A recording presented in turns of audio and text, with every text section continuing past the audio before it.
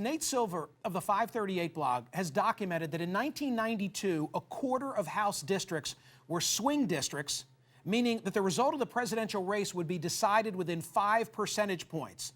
But look at the yellow. By 2016, that number had decreased to just 37. In other words, 398 of 435 districts were no longer in play.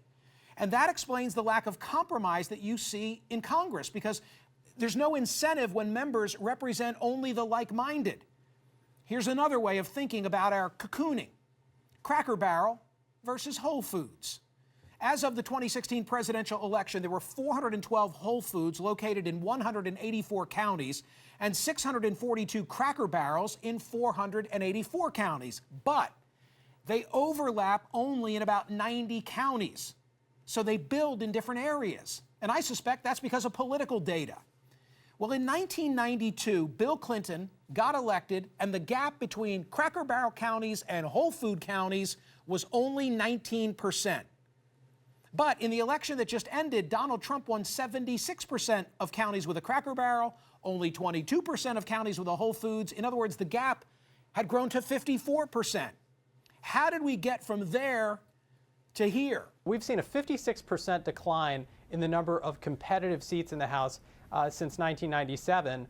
But according to a study we're going to put out next month, 83% of that decline has been attributable to factors other than redistricting, which happens every 10 years. What's happening is that voters are gerrymandering themselves.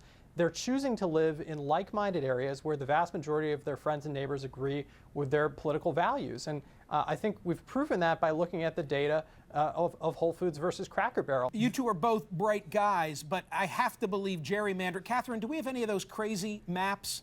And if we do, put them up on the screen, because they look like, I mean, come on, guys, look at some of this stuff. No, it's like modern art for crying out loud. But that's a racial gerrymander. It's not a partisan gerrymander. And in any event, there certainly is some gerrymandering, but it's not tied to polarization. Yeah, stop right there. I know that district. And by the way, the guy who represents it's a good guy. His name is Pat Meehan. Those are the suburbs of Philadelphia. But that map was drawn to keep the seat in his hands, Larry.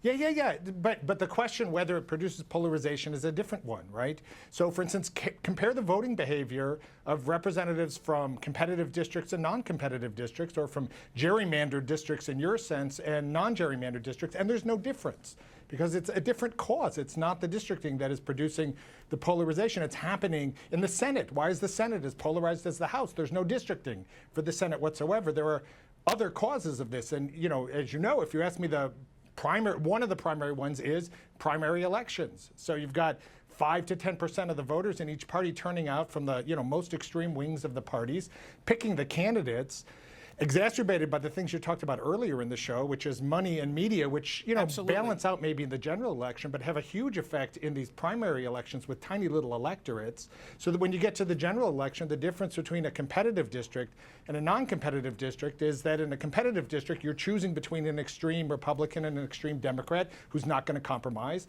And in a non-competitive district, one of them is a shoo-in.